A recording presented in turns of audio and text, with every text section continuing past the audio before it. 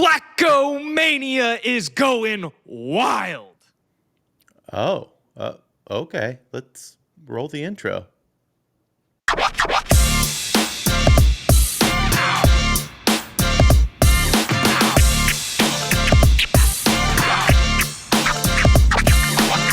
Welcome to At the Office, Cleveland's home for sports talk that never clocks out. From the latest headlines to heated debates, we're diving into everything sports. It's your hosts, Noah and Erik.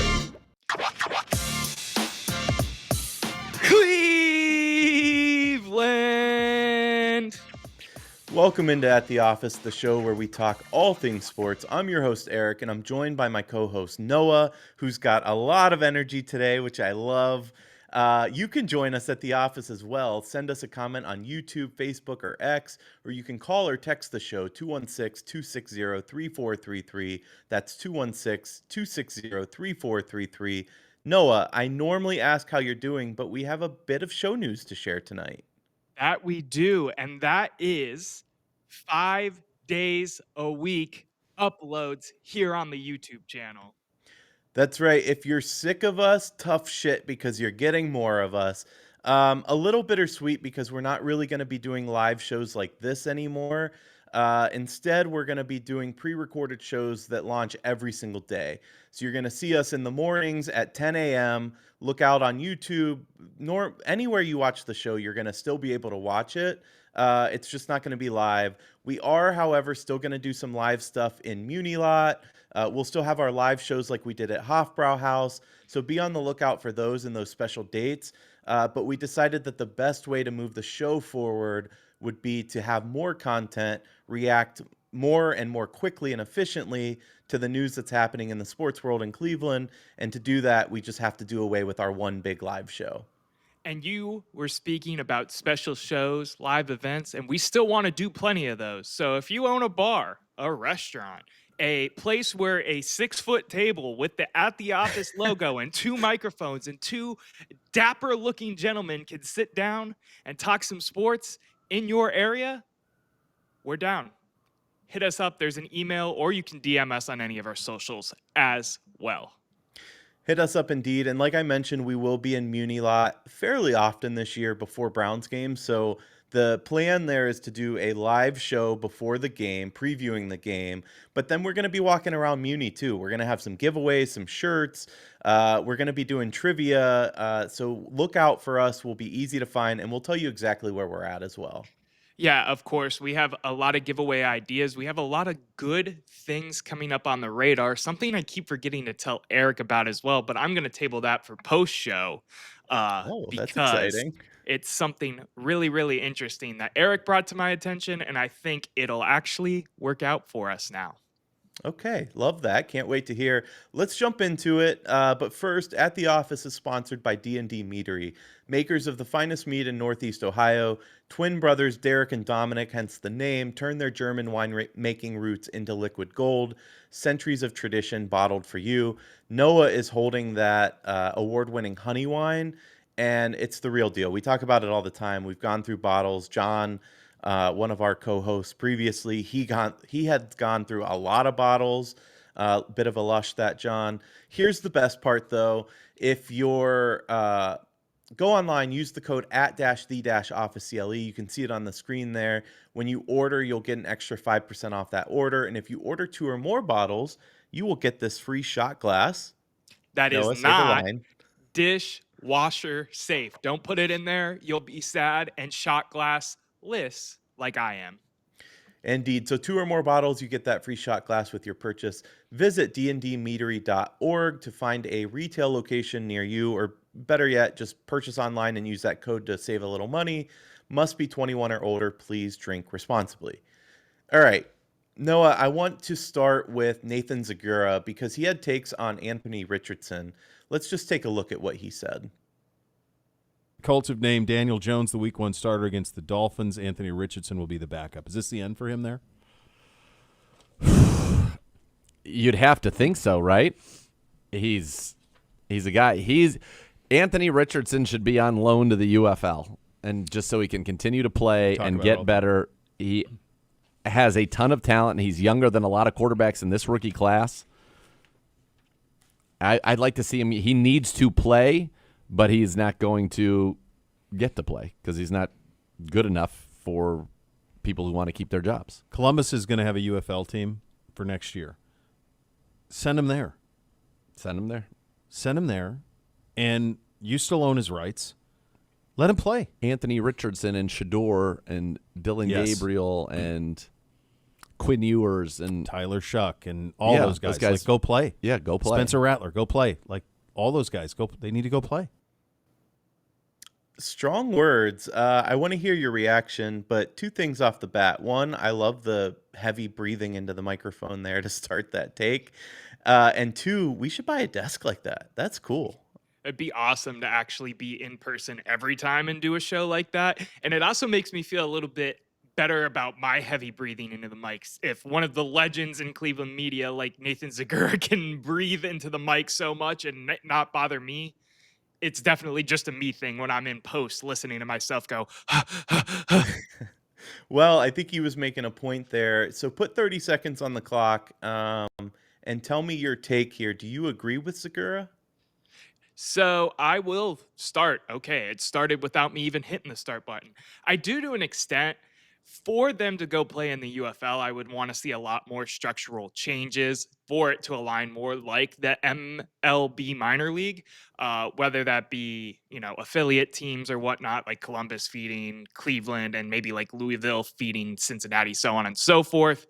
And they would also have to play in the same season. So call-ups can happen and that kind of thing. So overall, yes, but What about you, E? No, I disagree with it entirely. And the reason being is that the NFL and football in general is a physical sport. There's a reason they don't just let them go play in another league, and that is that they're injury prone. And you all of a sudden have a quarterback that you're paying millions of dollars to, even if he's a backup, that's injured in the UFL. That doesn't make a lot of sense to me. Furthermore, I think the real news here is that Indy has given up on Anthony Richardson. I know we're going to talk a little bit more about that, but hearing that, it's a little crazy to me. So I know we're going to get into Anthony Richardson when we go to Around the Water Cooler. So let's keep it minor league football for a minute. I see your point. It makes sense because I've played football. I know injuries can happen very quickly, whether it be you or the next person, whatever. Yeah. But there is still something to me to be said about having that true in-game experience. And Isn't that what college was supposed to be for? yes and no. You're talking about, so they talked a little bit about Tyler Shuck and Dylan Gabriel and Shador Sanders and blah, blah, blah. I don't know if I agree with all of those players. Anthony Richardson, to me, it makes sense. He played one season in Florida, didn't have a lot of experience, has the tools, just not refined enough to be an NFL quarterback. That's been the biggest knock on him since he came into the league. So their Was point, he I not think, lighting it up though at one point? he was, but you're still talking about and I think it was in the clip and the clips that I pulled, he's so young compared to a lot of people in the league. It's almost like he would have been better off going another year at college, and that's kind of shot himself in the foot and shot the Colts in their foot. Yeah, he is 23, which Dylan Gabriel's 24, to put that in perspective. Me and Dylan Gabriel are in fact the same age, 3 months older than me, which is crazy. Well, let's keep talking Anthony Richardson because I want to know whether or not he could be a right fit on the Browns team, which is interesting, but that's on this edition of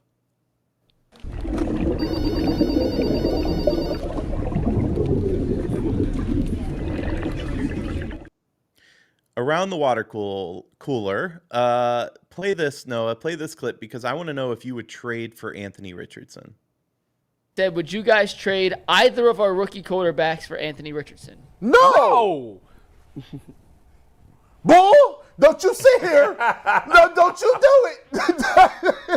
Don't. I All trade Dylan Gabriel for Anthony Richardson. Why not? Okay, now would too. listen. Now hold on. You know me. I listen. When you say rookie quarterbacks, I'm only thinking about one person anyway. Yeah. I'm playing, but if you want, I'll take Dylan Gabriel for Anthony Richardson. Anthony Richardson's probably not as He's good, probably but not good, but There's down deep. There is some There's talent something. there. Interesting take, especially that they immediately jumped on no, assuming that it would be Shador being the one getting traded. Right. I thought that was wild. I'm going to jump in real quick and give my take here, and that is that no, I would not trade either one or any of our quarterbacks. And here's my reasoning. I think we could get a piece that helps our team now for a Dylan Gabriel, for example, instead of somebody that's another project. I think if we end up trading Gabriel or we end up trading Pickett, the idea is to get some value. Maybe not even now. Maybe it's trade value down the line, but it's not for another project. Yeah, I'm with you.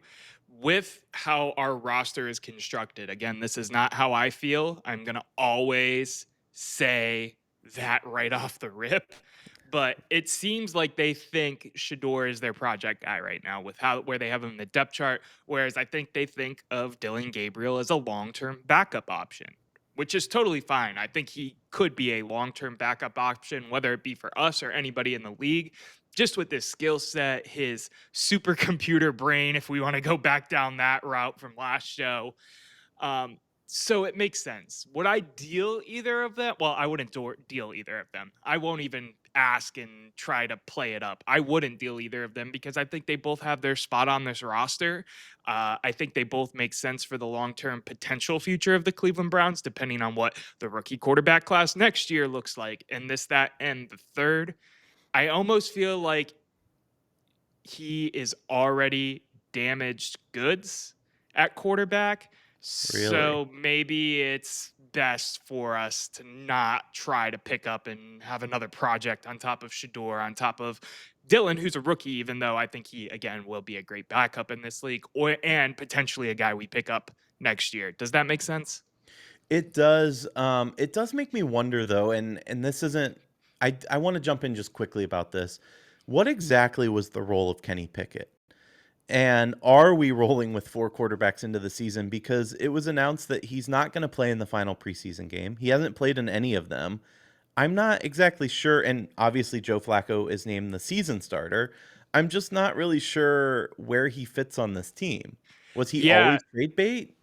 I don't think he was always trade bait. I think he was the competition to be the week 1 starter against Flacco. And when you hurt your hamstring to the point where you can't practice for 3 weeks and you're out for the preseason game we're going to talk about after the break, what else are you supposed to do? It's the same situation almost as what we had with Tyler Huntley last year. You're going to keep him on the roster, try to get some trade value out of him. And then if no one takes him, then you cut him, maybe bring him to the practice squad. So you can do that weird call up, call down, call up, call down like we did with Flacco. So that way you don't have to pay the rookies right away. But So- yeah, I think his role was initially to compete to be the starter. But when you can't practice, I mean, the best ability is availability at the end of the day. Is an ideal situation one where week 1 we play Cincinnati, and by all accounts, looking at Cincinnati and practices and preseason, they're going to have a rough time. I'm not sure what matchsticks they bought to be on offensive line. I'm not sure how that defense got worse, but I'm not convinced that Cincinnati's a better football team than the Browns. So best case scenario, we're up big. Do we see Pickett in a fourth quarter kind of role if that's the case?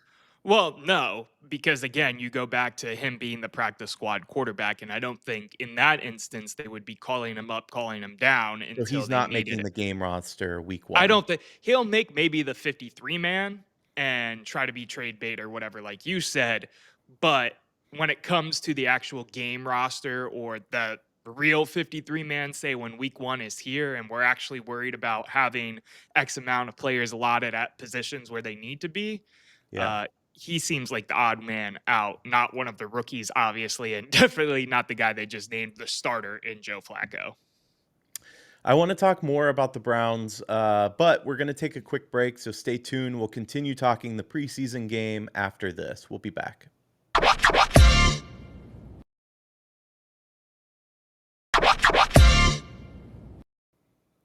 Welcome back to At the Office. If you haven't already, hit that subscribe button on YouTube and check us out on Instagram or TikTok.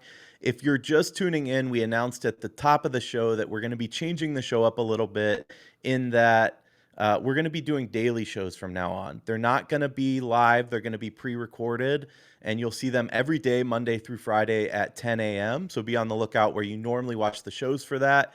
But we still will be doing live shows like we did at Hofbrau. We'll be in Munilot a lot this year on Sundays previewing Browns games.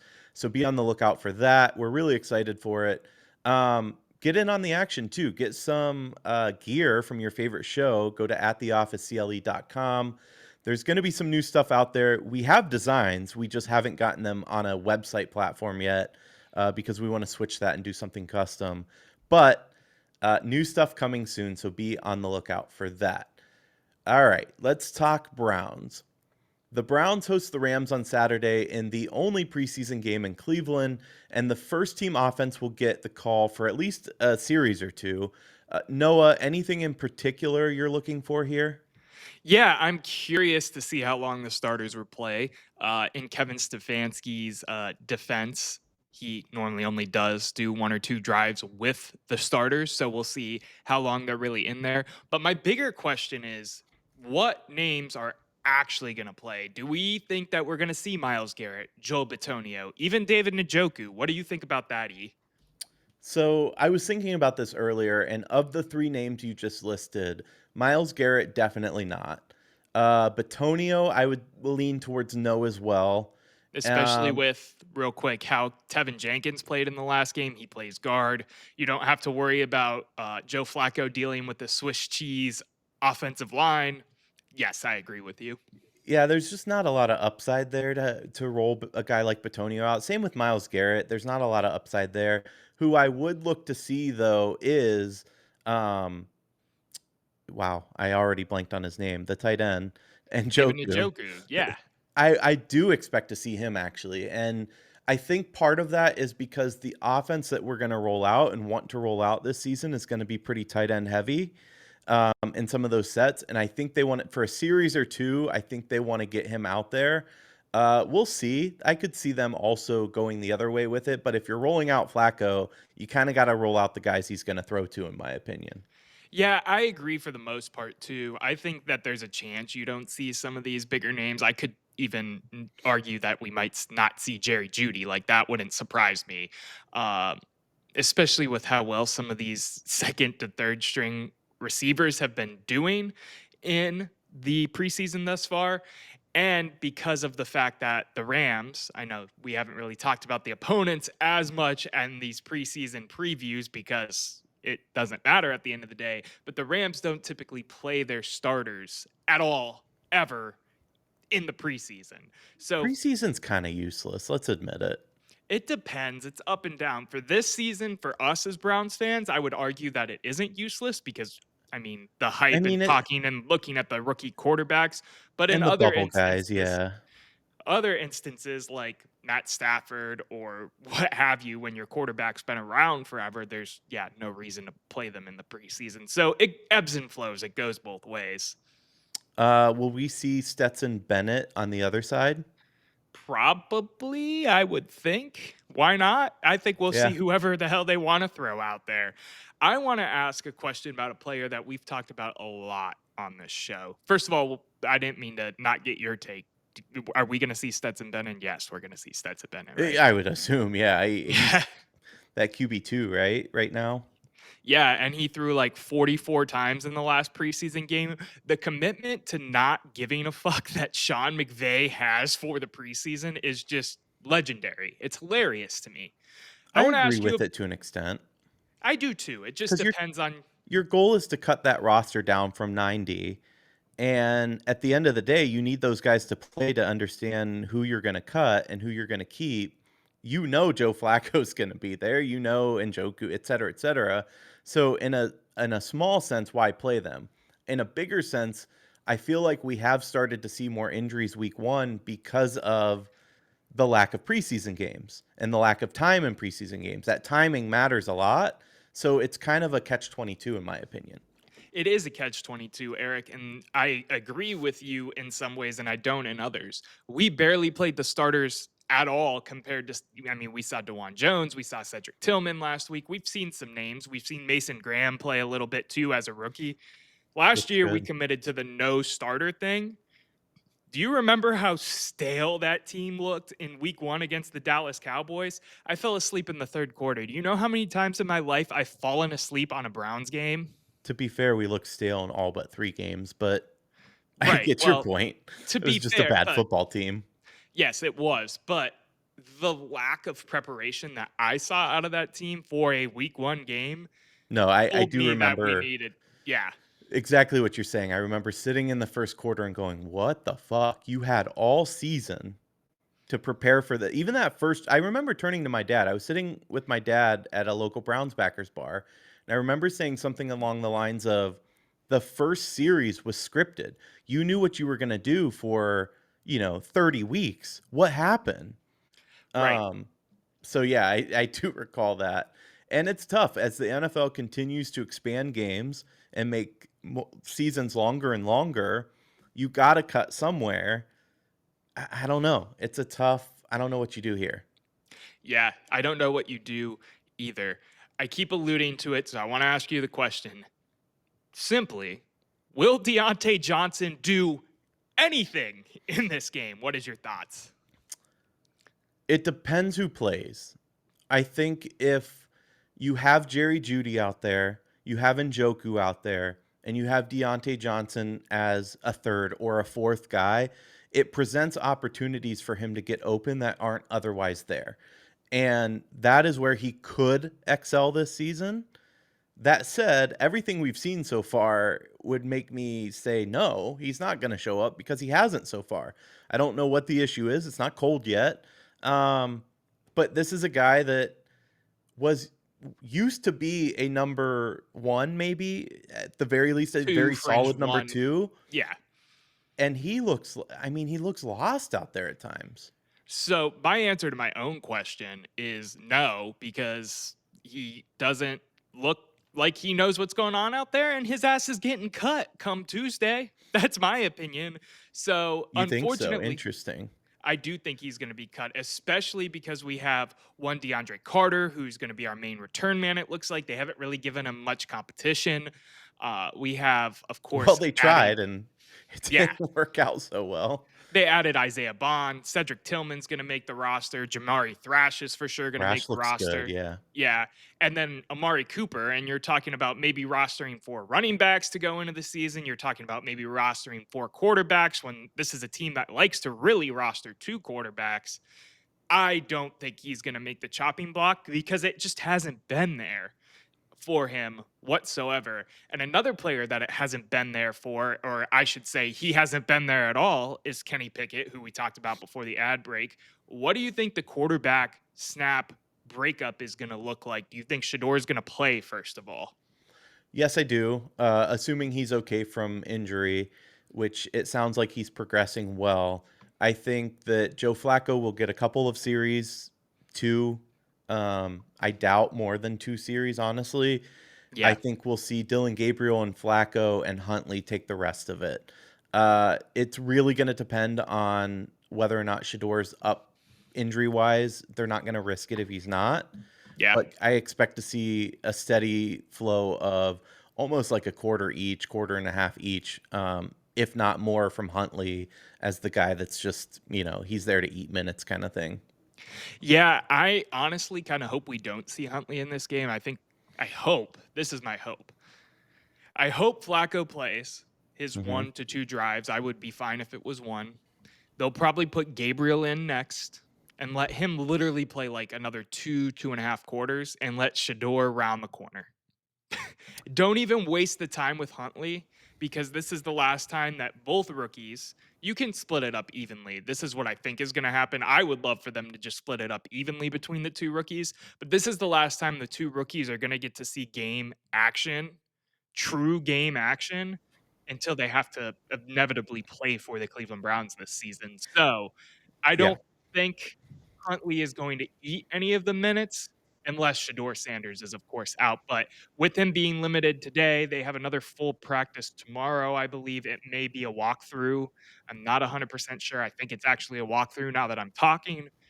But if he's full go tomorrow, I would expect him to play. Stefanski shut down Pickett right away today. He did not do that for one Shador Sanders. I want to talk real quick, moving on to a different segment of the team, which is you. You talked a tiny bit about special teams, but one Dustin Hopkins. Yeah. How do we feel about him? Because he did hit that 46-yarder against the Eagles. Give him credit there. It didn't But look like it went through. That's what the media was talking heavy about, was because it didn't look like it went through, but they still called it a field goal. But continue. my point is, I'm not very confident in Hopkins, and he could be another guy that's on the verge of losing his spot after this game. Yeah, that was my big question too. I wrote, will DeAndre Carter have any type of competition whatsoever? Like, will we try to throw Deontay Johnson back there as a returner? We talked about that already.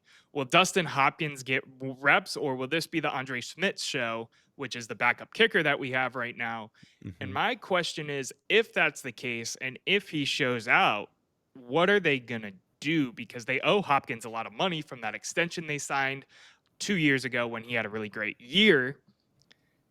But if Schmidt plays, it's hard to say because it's SZMYT. Yeah, I think it's Schmidt. Schmidt. Yeah. Schmidt, whatever.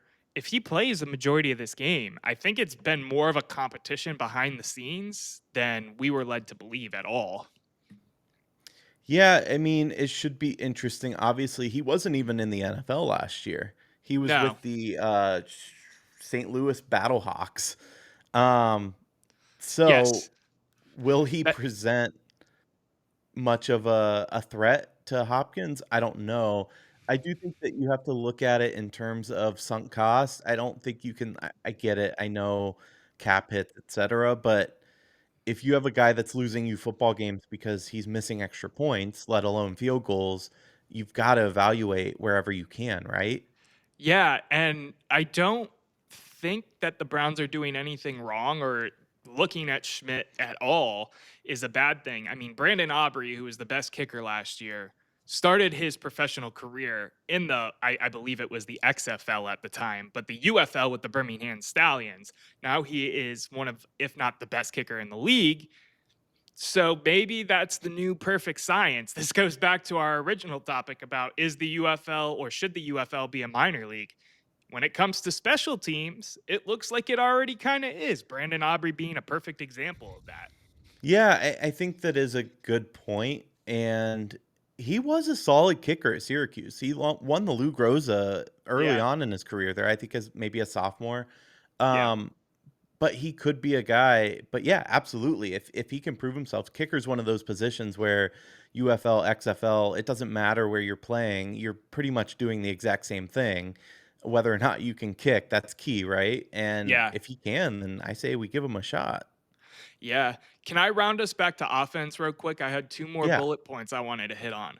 I'm really curious about Amani Marshall again in this game, because I think he has shown the right, especially with all the Judkins hubbub going on right now, Hmm. to make the roster and potentially take some carries in week one. Do you favor Amani Marshall? Do you favor Pierre Strong? I know we touched on this a little bit on the Monday show, but I think this is going to be a big point of contention looking at this preseason game here on Saturday. Yeah, I mean, we talked about Pierre Strong. I'm not a big believer. I don't think he's a guy that can carry you through a season. What I actually want to see is more from Dylan Sampson, because we haven't really seen anything from him. I think that's good news where he's concerned, because I think he's going to be pretty heavily favored back throughout the season.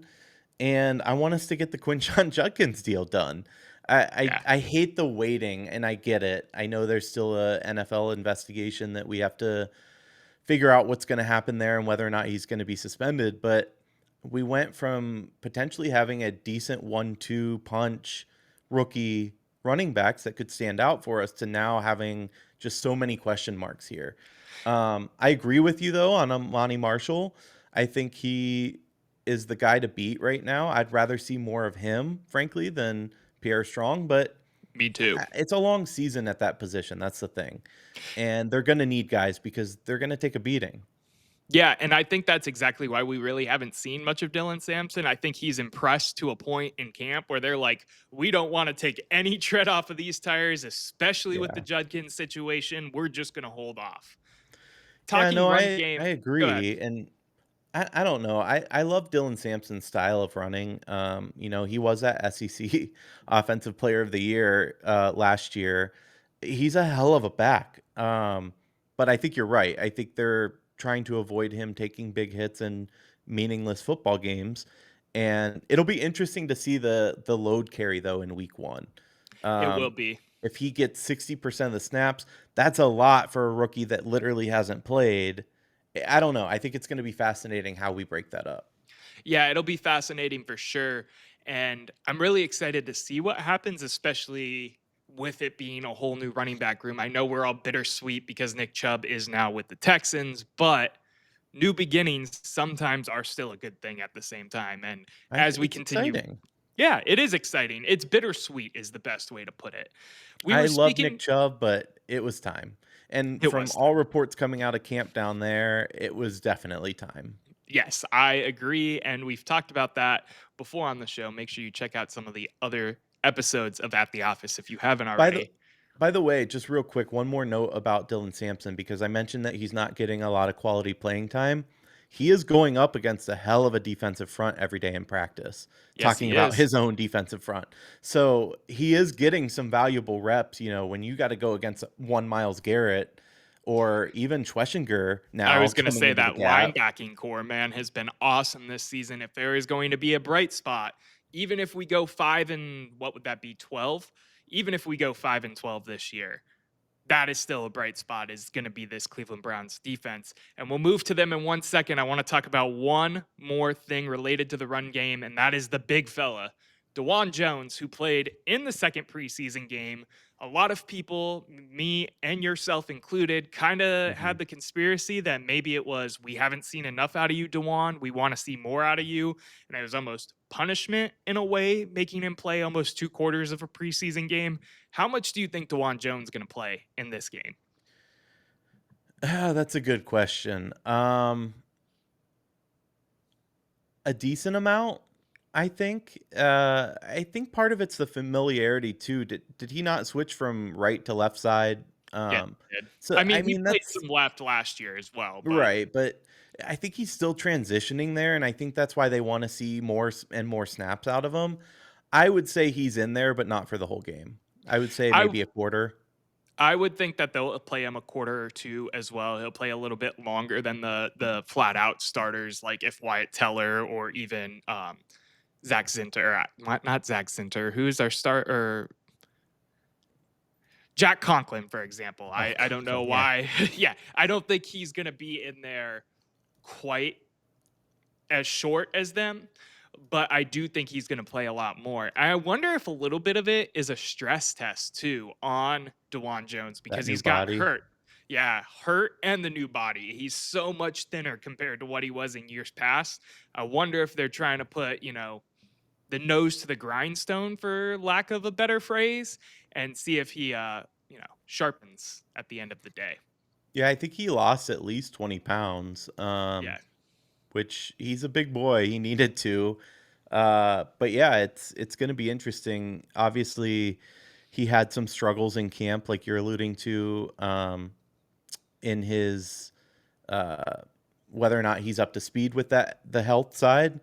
So that's a question mark. Like, can he even last a full game at full go? I don't know the answer to that right now.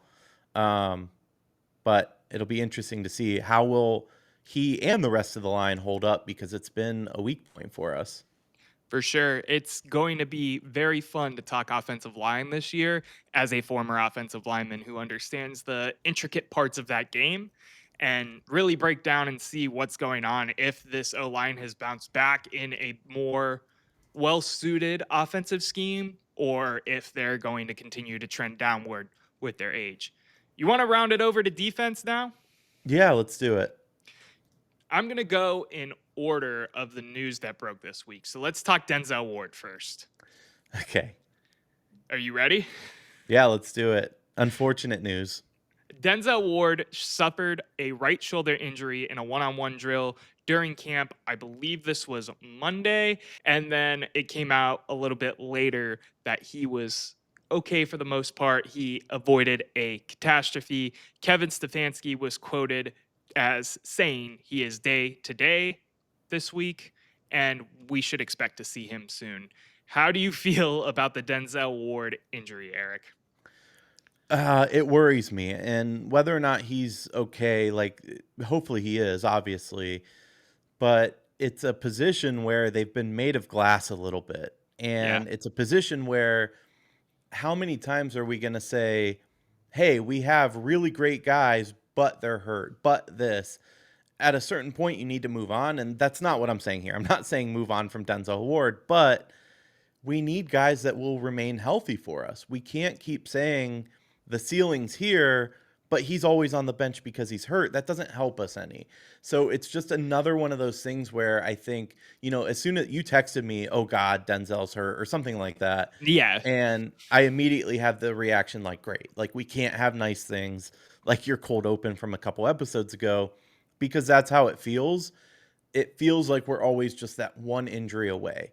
So I'm hoping that he can remain healthy for the season, but that'd be a huge loss if he does go down at some point this year. It would be a huge loss if he goes down, especially with the injuries that are going on in that secondary. You never move on from a guy like Denzel Ward because despite the injury concerns, he is a top 10 corner in this league and he anchors it down back there when he's playing. Last season, he was relatively healthy for us too, which is good. Let's hope that this is his one little nick in the road for the whole season, because it seems like one of those things where you can just keep him out of the preseason game, let him take his little rests, and then he can play and worry about Jamar Chase in week 1 of the regular season. So crisis averted, in my opinion, there. Crisis not averted though, and then we'll get to the trade because that's D-line. We'll wrap with D-line. Crisis not averted though. Cam Mitchell, who has moved into the slot corner role, has done everything but impress. I said but impress there. He has been pretty bad, whether it be practice with us, practice against other team, preseasons games. He is looking like Swiss cheese out there, my friend. How are you feeling about Cam Mitchell for this game? Are your eyes glued to that secondary to see what one Cam is doing? Yeah, I mean, I've pretty much given up on him at this point. It's not good. The good news is we have some really good guys and a really good defensive front that can take some pressure off, hopefully. But yeah, he's not one that is impressing at all, like you said. Yeah, I think he's actually a fringe roster guy. I mean, next week we're going to be talking roster cutdowns here on the page. Yeah. And I'm curious, Nick Needham is a guy who plays safety and has been brought up a couple times for this slot corner role. If he's going to take some slot corner reps in this preseason game to help Stefanski and co make a decision on what they should do, because Cam Mitchell was supposed to take that next step. And instead of taking that next step, he fell down the damn stairs. Yeah, no, I agree with you there. I think he is a bubble guy. Like Zinter, you brought him up earlier. I think there's a lot of bubble guys that are interesting and will be there. There's a lot of hard decisions this year that weren't necessarily difficult in prior years. And you alluded to it. We have a lot of running backs. We have a lot of quarterbacks. So we may need to cut elsewhere. And some of these guys that are on the fringe, they might just not make it. Zinter, real quick, I know we already moved past the offense and the offensive line, but I do think he'll still make it because it's year 2 for him, and he was a third-round draft Probably. pick. Yeah, But yes, I think probably. he is getting close to that bubble already, and that's scary for a third-round pick from a GM that has a bad track history of drafting, at least in public opinion. The last thing I want to talk about, is there was a trade today. We traded 1, Jawan Briggs, 2, the Jets for a 7th round pick. We gave up Jawan Briggs and a 7th round pick for a 6th round pick. Excuse me. Yeah. What do you think about all of this? I have a pretty quick opinion on it, honestly. But what do you think, man? Yeah, I mean, I don't have too much of an opinion. He was a tackle picked in the 7th round last year, played 6 games for us. I don't think he's a guy that is a big loss. Um, would I have preferred to get more? Sure. But this doesn't bother me at all. Yeah, it doesn't bother me either. He's one of those traditional, like, one tech, like, nose tackle Yeah. type of players. And that just isn't the scheme we really run here. And if you are in a situation where you want to have like a nose tackle, a one tech type of defensive tackle, you drafted who is supposed to be a generational talent at the tackle that you think could probably slot in there, and then you move around, whether it be Michael Hall Jr. as soon as he's healthy, whenever that is. Of course, we still haven't seen him yet. That's a storyline that I'm still paying attention to because you'd think he would have been at camp a little bit with everything he had going on. They sounded happy about it, but it didn't. Regardless, Andrew Berry is stockpiling the extra capital for next season. And I Yeah, think this we all is kind of know what the thought process is there. this is one of those deals where it benefits both teams. The Jets get a backup potential guy that can eat some minutes in a game. I mean, he is game worthy.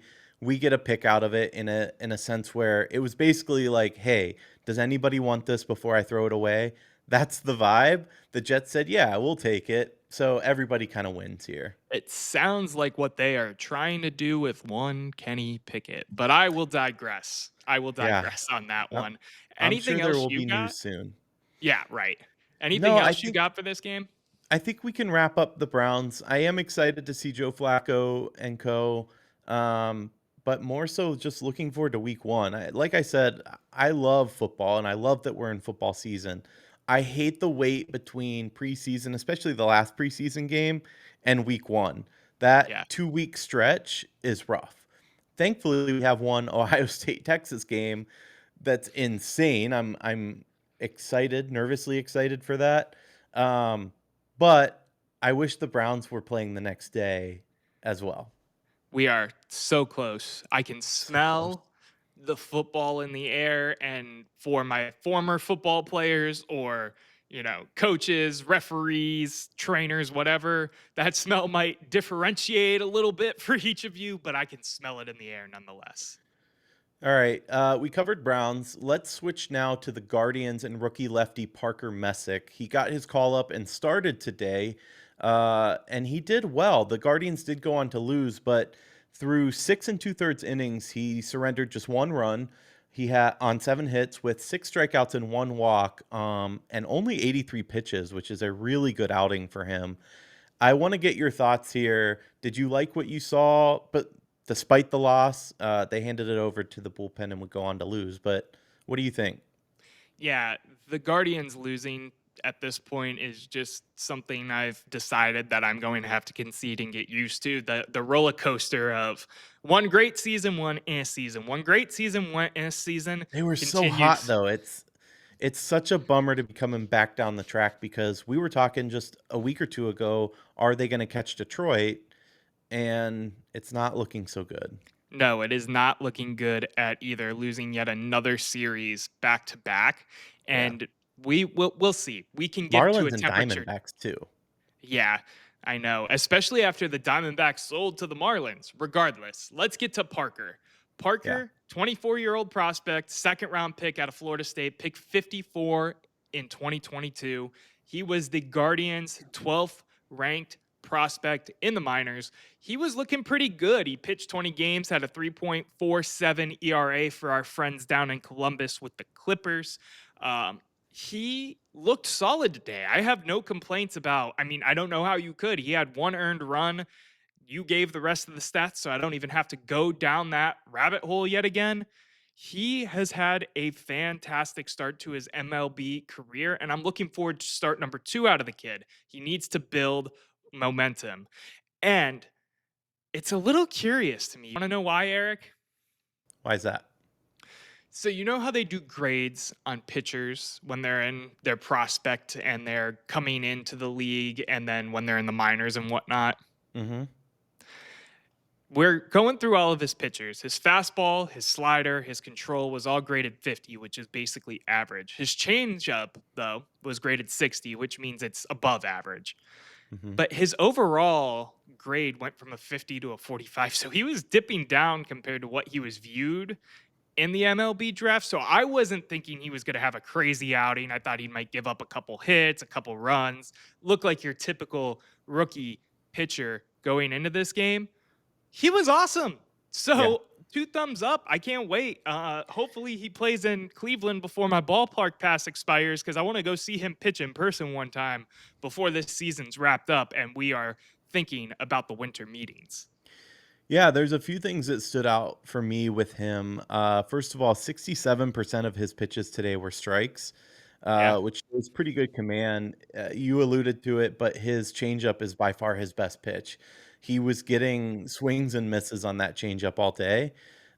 He mixes in the slider and a few other pitches as well. Yep. What I think is interesting, and I find interesting, he has more of a higher arm release point, which puts more spin on that fastball. And I think that's where he's getting a lot of that movement that we saw today that looked really good. And that bodes well for him, honestly. I think if he can continue to do what he's doing and find the strike zone, and change up those pitches, he's going to do pretty well for us. Like you said, for a rookie in his first time out there to go 6 2/3 inning and give up 1 run, that's a hell of an outing. Yeah. And it's a real shame that he didn't get his first MLB win today, because I think he did have a performance that deserved it. But he didn't get an L in the loss column. So at That's least true. it was a wash on that front. Unfortunately, of course, they lost in extras to the Diamondbacks. Yeah, I'm we were up excited to see 1 this. Go ahead. when he left. Yeah, we were 2-1 when he left. I am excited to see what this kid does in the show, not just this year, but the years following, especially because starting pitching has been such a volatile and shaky spot for the Guardians, unfortunately. Whether it be because of gambling or injuries or slumps or whatever the hell's going on up there. I'm excited to see what he does. 2 thumbs up on the first one. Now let's build off of this and go out there and somehow have an even better game. Yeah, it'll be interesting as guys see him more than once in a season, because he really limited contact today. Guys weren't really getting the bat on the ball that much, Yeah. which again, it's a good sign. But as he settles in, obviously it takes time. Seeing a guy for the first time, sometimes you can see this and then a bit of regression. But everything looked good, and his command was polished. So I feel good about it. Me too, man. I feel really good about him, and I'm excited to see what he does moving forward. All right, before we get out of here, do you have anything else to add, Noah?